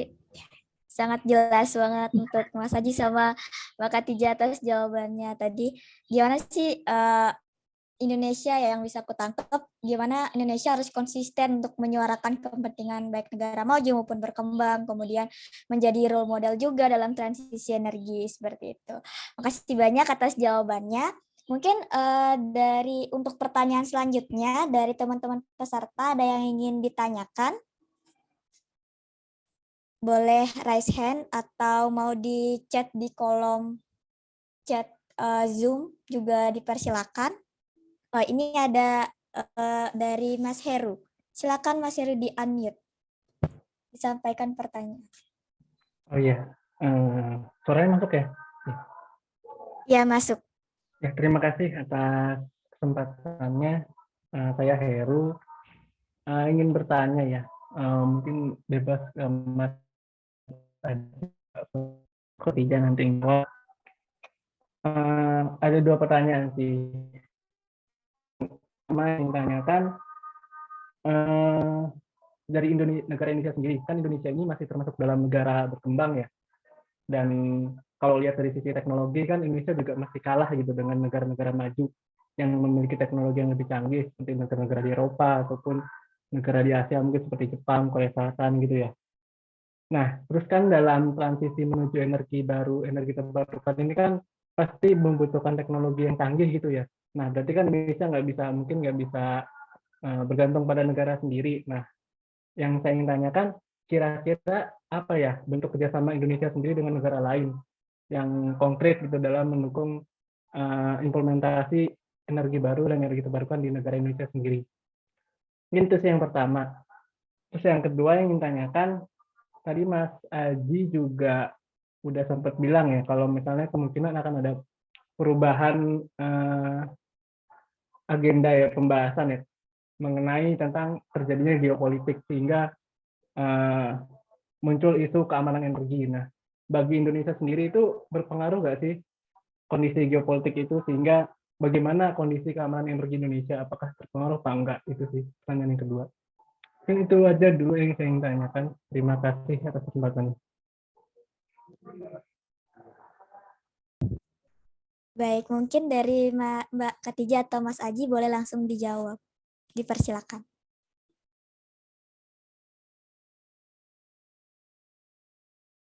Aku dulu atau kamu dulu, Kat?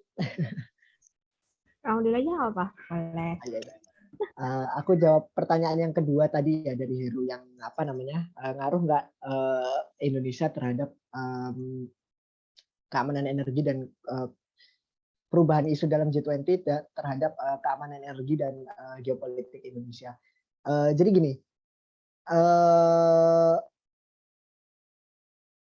keamanan energi itu dalam suatu negara itu bisa diukur berdasarkan biasanya ya yang paling penting itu proporsi impor komoditas energinya terhadap primary energy supply suatu negara. Misalnya kayak gini, kalau misalnya satu negara itu bisa memenuhi kebutuhan 70 atau 80% sumber energinya itu dari komoditas dalam negeri, baik itu komoditas energi fosil, batu bara, minyak, gas, atau komoditas energi terbarukan, solar, angin, bayu, ya, dan lain sebagainya itu berarti negara itu bisa dikatakan aman energinya karena bisa memenuhi kebutuhan, punya akses untuk memenuhi keamanan energi dalam negerinya. Nah, Indonesia statusnya seperti apa sih? Indonesia itu untuk power sector ya, untuk apa namanya sektor ketenagalistrikan itu sebenarnya cukup aman. Walaupun belum kita bisa bilang nggak sustainable ya karena masih sebagian besar batu bara. Kenapa? Karena kita itu penghasil batu bara dan kita bisa memenuhi kebutuhan ketenagalistrikan kita dalam negeri. Jadi setahu saya kita nggak ada impor batu bara harusnya ya karena kita penghasil batu bara gitu, ngapain kita impor gitu. Terus kita juga punya sumber-sumber tenaga listrik lain seperti ada beberapa bendungan, ada beberapa geotermal walaupun skalanya kecil-kecil ya, belum segede batu bara. Ada apa namanya, ada energi terbarukan kecil lain seperti misalnya PLTMH, solar panel, terus ada apa biomasa dan lain sebagainya. Jadi kita masih aman lah untuk sektor ketenaga listrikan. Tapi untuk sektor non ketenaga listrikan seperti sektor transportasi, sektor industri itu yang agak bahaya. Kenapa? Karena kita itu negara net importer minyak. Jadi beda ya, negara importer minyak murni dan negara net importer minyak.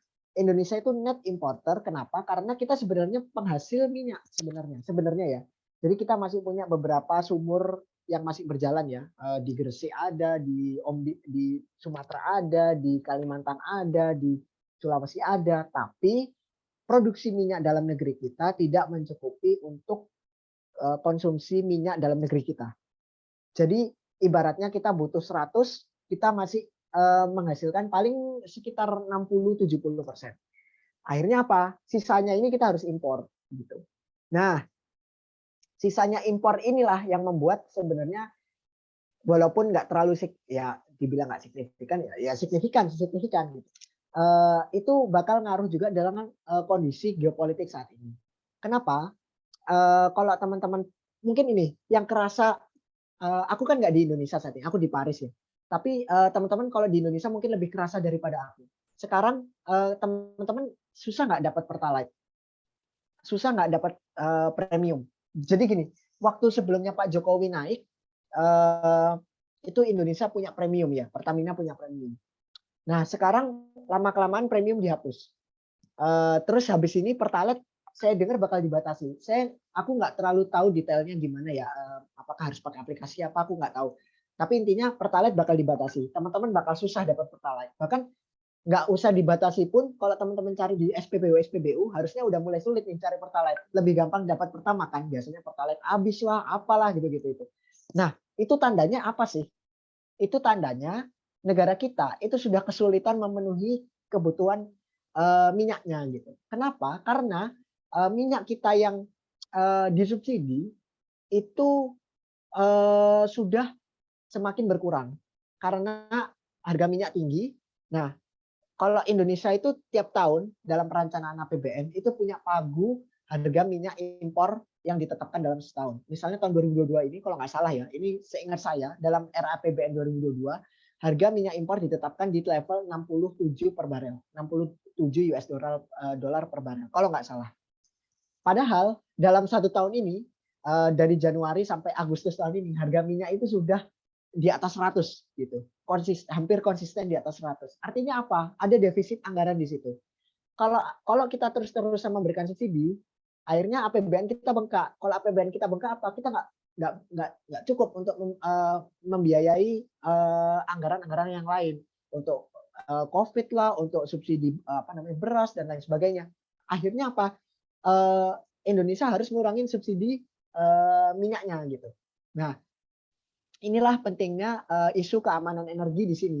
Karena kalau kita nggak bisa beli minyak dengan harga mahal itu, kita otomatis bakal kekurangan kebutuhan energi dalam negeri kita, gitu. Nah, oleh karena itu, setahu saya Dewan Energi Nasional, Kementerian SDM dan juga kementerian terkait itu sudah mulai merencanakan kebijakan kayak mengurangi pertalite, terus habis itu di pembatasan Pertalite, maaf. Terus harga Pertamax dinaikkan ya, yang non subsidi biar menyeimbangkan harga minyak global. Jadi itu kerasa lah mungkin di teman-teman yang beli bensin tiap hari di Indonesia. Gitu. Jadi kalau dibilang apakah Indonesia ngaruh terhadap keamanan energinya, ngaruh, tapi untuk di sektor non ketenaga listrikan. Itu poin pertama. Dan kedua, kondisi geopolitik kita seperti apa sih? Apa peran Indonesia dalam geopolitik dan apakah kita punya kepentingan? Tentu. Harga minyak global itu sangat sensitif dengan perang biasanya. Kalau ada perang di Timur Tengah atau di negara-negara yang melibatkan OPEC Plus, itu biasanya bakal cenderung naik harganya. Seperti yang terjadi waktu invasi ke Irak, Ukraina tahun ini juga. Nah, yang harus dilakukan Indonesia saat ini adalah gimana caranya, sebenarnya ada 2 poin. Menggenjot produksi minyak dalam negeri supaya kita nggak terlalu impor. Itu.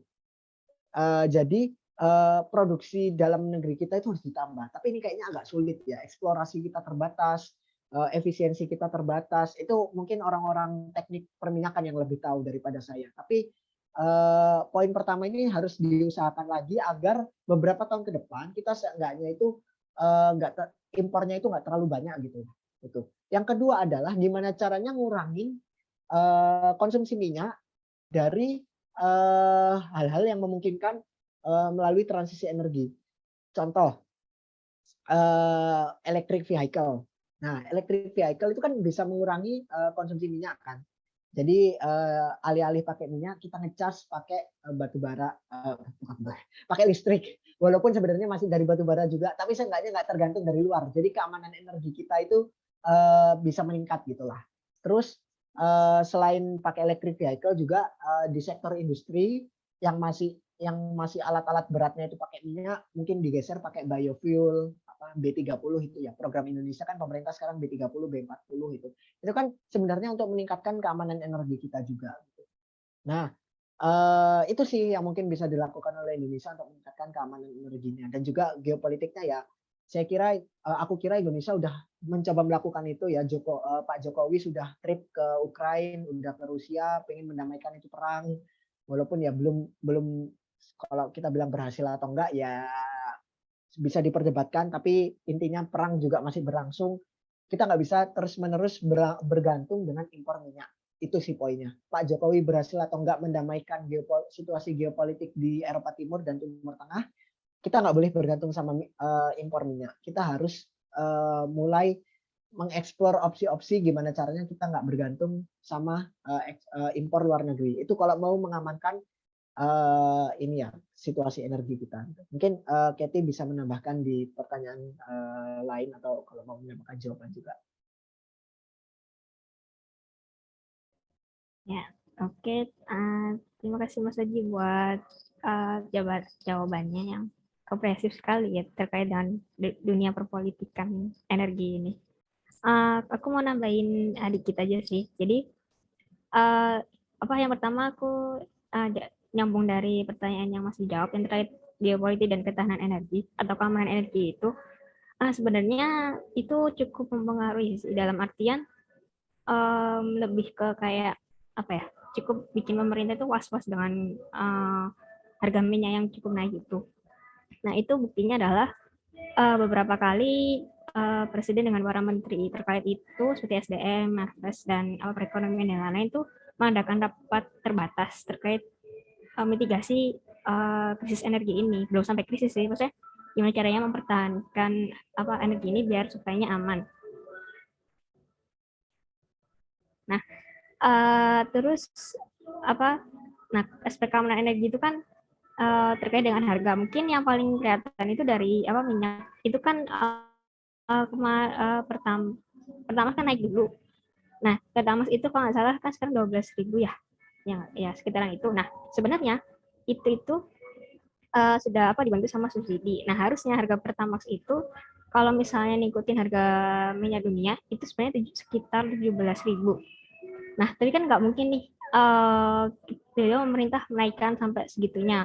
Nah, akibatnya itu lebih bengkak dan sebenarnya Pertamina itu mengalami kerugian. Nah, dinaikin dari yang harganya berapa dari 12.000 ke atas saja itu udah bikin susah gitu. Gimana menyesuaikan sama mengikuti harga minyak dunia. Itu kan benar-benar kayak memberdayakan masyarakat. Bagi buat yang lain-lainnya, buat yang aktivitas sehari-harinya benar-benar harus bergantung sama itu. Makanya ibaratnya kan kelihatan nih inflasi mulai lah, terutama di sektor energi. Nah, terus sebenarnya buat aplikasi My Pertamina itu yang buat beli-beli itu tujuannya selain buat membatasi juga buat restrukturisasi restrukturisasi dari subsidi. Jadi ternyata kenyataan di lapangan data antara yang Kemensos punya sama yang di lapangan itu, jadi ada yang harusnya dapat subsidi tapi dia nggak dapat, atau enggak malah yang harusnya nggak dapat malah dapat.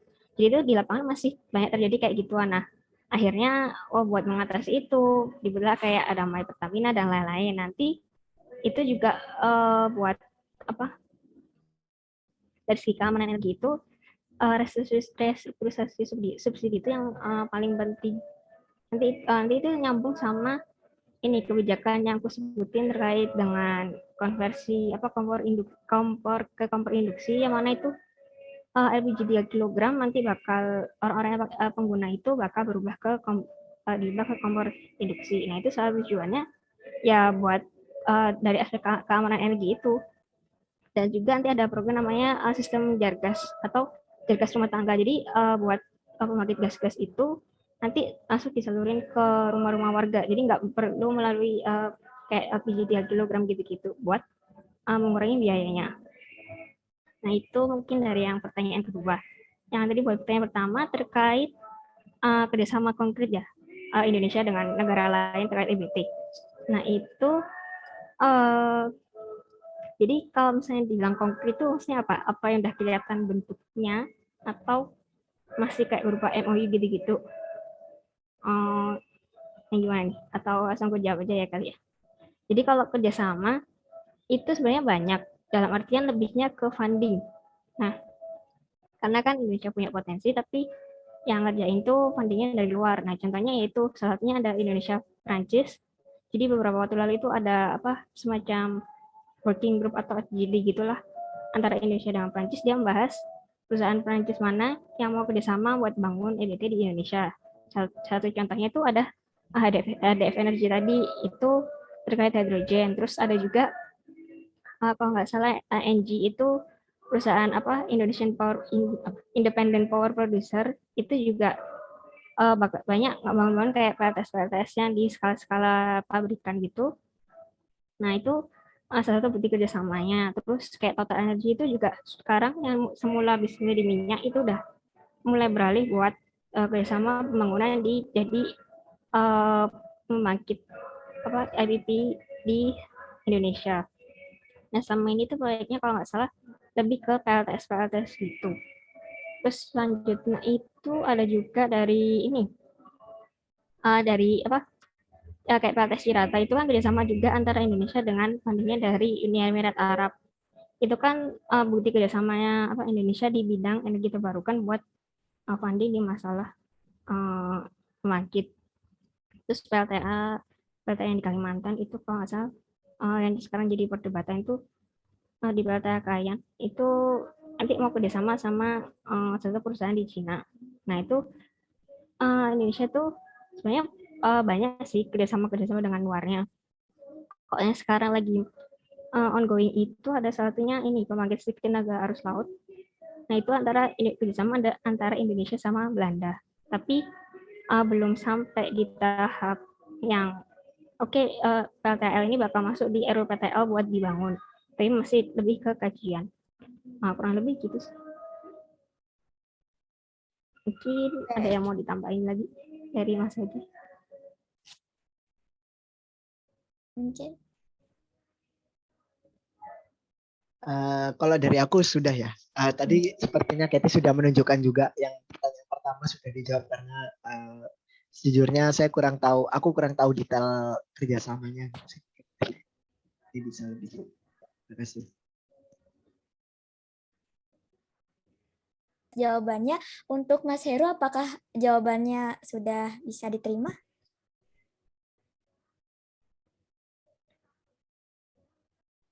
Oke, terima kasih.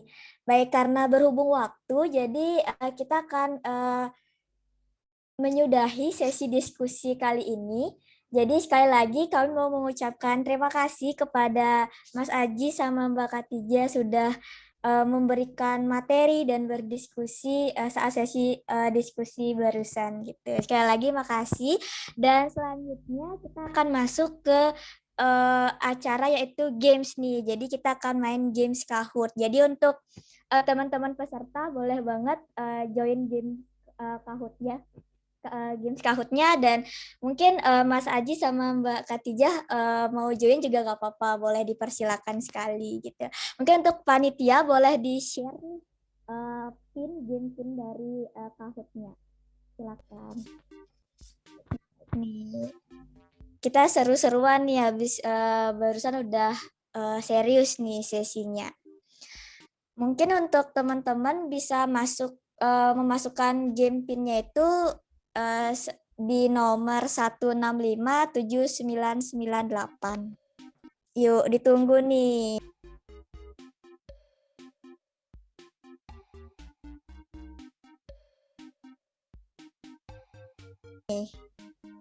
Untuk link Kahoot-nya juga udah di-share di kolom chat, jadi tinggal diklik aja bagi teman-teman yang mau join. Oh, ini udah ada nih satu orang nih, Miau. Oh, udah ada Gilang. Ayo yang lain ditunggu nih.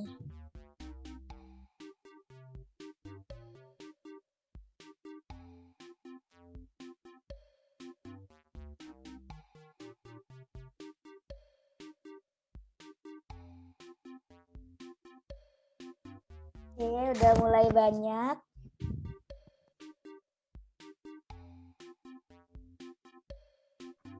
Yang lainnya jangan mau ketinggalan.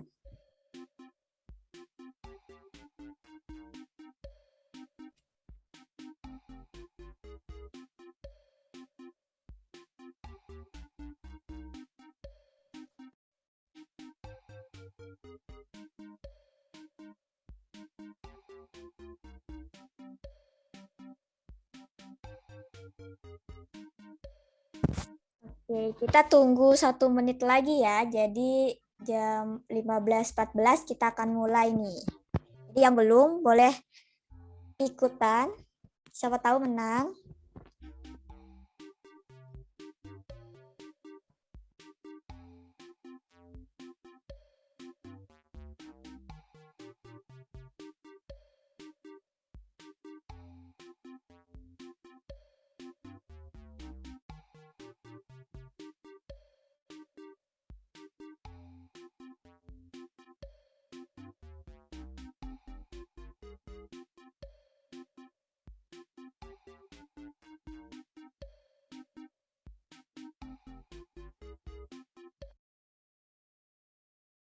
Oh, kita mulai aja ya untuk gamesnya ya. Silakan dimulai.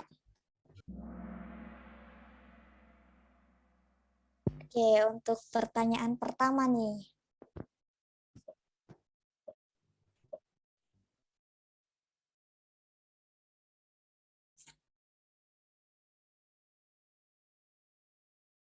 Next.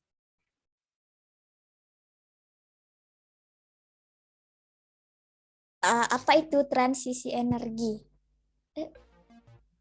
Ini macet ya.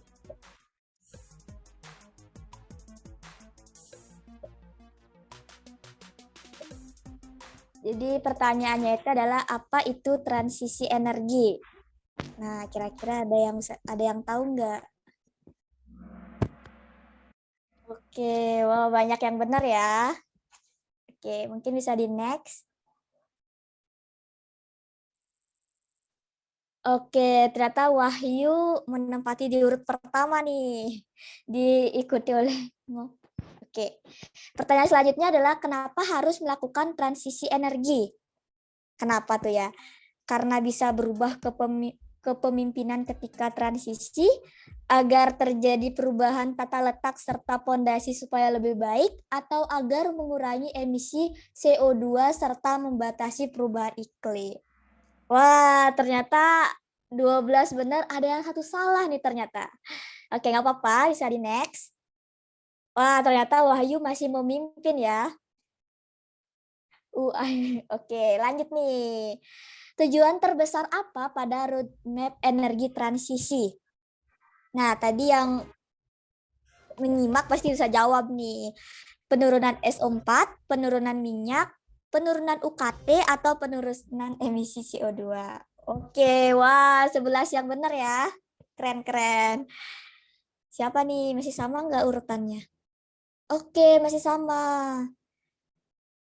Ada Wahyu, ada... Oke, lanjut ya. Apa saja contoh kebijakan energi di Indonesia? Ini ada KEC, konversi motor BBM ke motor listrik, program dedieselisasi, konversi CM ke meter, atau konversi LPG ke kompor induksi. Oke. Ini maksudnya kecuali ya maksudnya? Iya, kayaknya kecuali nih Mas Aji. Oke, sampai ada yang benar, ada yang salah juga ya. Oke. Lanjut nih bisa. Oh, ternyata masih sama ya di scoreboard-nya. Ini bisa dilanjut. Nah, apa arahan Presiden ketika saat G20 Indonesia? Mengarahkan pengembangan proyek kerjasama yang melibatkan anggota G20, mengarahkan untuk membuat kreasi bahan bakar fosil yang boros, atau mengarahkan ke selatan yang melibatkan Nyiroro. Oke lah. 12 yang benar, 1 yang salah. Keren nih, ternyata pada nyimak ya semua ya. Mungkin pertanyaan selanjutnya. Oke, baik. Karena berhubung pertanyaannya sudah habis, jadi kahunnya juga udah selesai. Jadi kita lihat nih siapa kira-kira pemenangnya. Ini ada di urutan yang ketiga. Oh, urutan ketiga ada Wahyu ternyata. Urutan kedua ada Ngoknget, dan urutan pertama itu ada HT. Wah, siapa itu HT ya? Ini namanya lucu-lucu banget ya. HT Ngokngek. Oke, selamat kepada para pemenang Games Kahoot kali ini. Keren-keren. Mungkin untuk kali ini nggak ada hadiahnya, tapi kita berikan reaction nih. Mungkin teman-teman yang lain kasih reaction tepuk tangan nih untuk para pemenang. Selamat. Baik, untuk selanjutnya kita akan masuk ke sesi foto bersama nih, karena udah hampir berada di penghujung acara. Jadi untuk teman-teman peserta ataupun panitia yang masih off cam, boleh dinyalakan kameranya terlebih dahulu. Kita akan foto bersama nih sebagai kenang-kenangan untuk diskusi kali ini. Mungkin untuk panitia yang akan mengambil gambarnya siapa ya?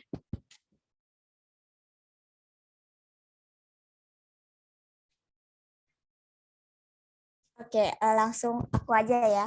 Mungkin untuk teman-teman yang lain ada yang mau on cam lagi?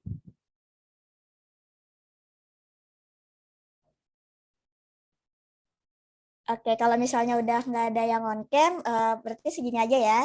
Jadi mungkin aku akan hitung 1, 2, 3.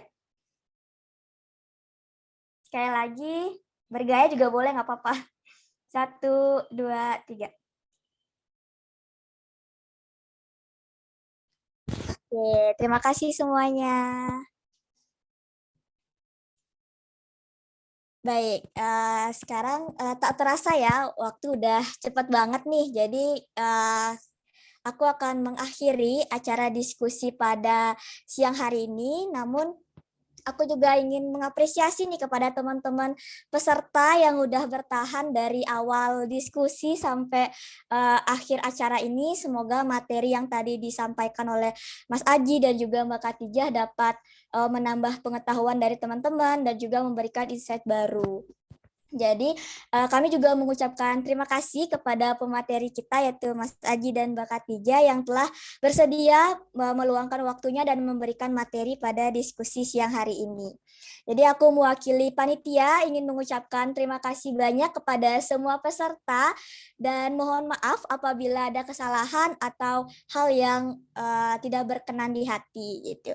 Jadi pesan dari aku, marilah kita generasi muda untuk saling mendukung dan terus berinovasi nih untuk Indonesia yang lebih baik dan juga mendukung energi terbarukan. Kalau misalnya bukan kita, siapa lagi? Jadi sampai jumpa di diskusi adidaya selanjutnya dan see you.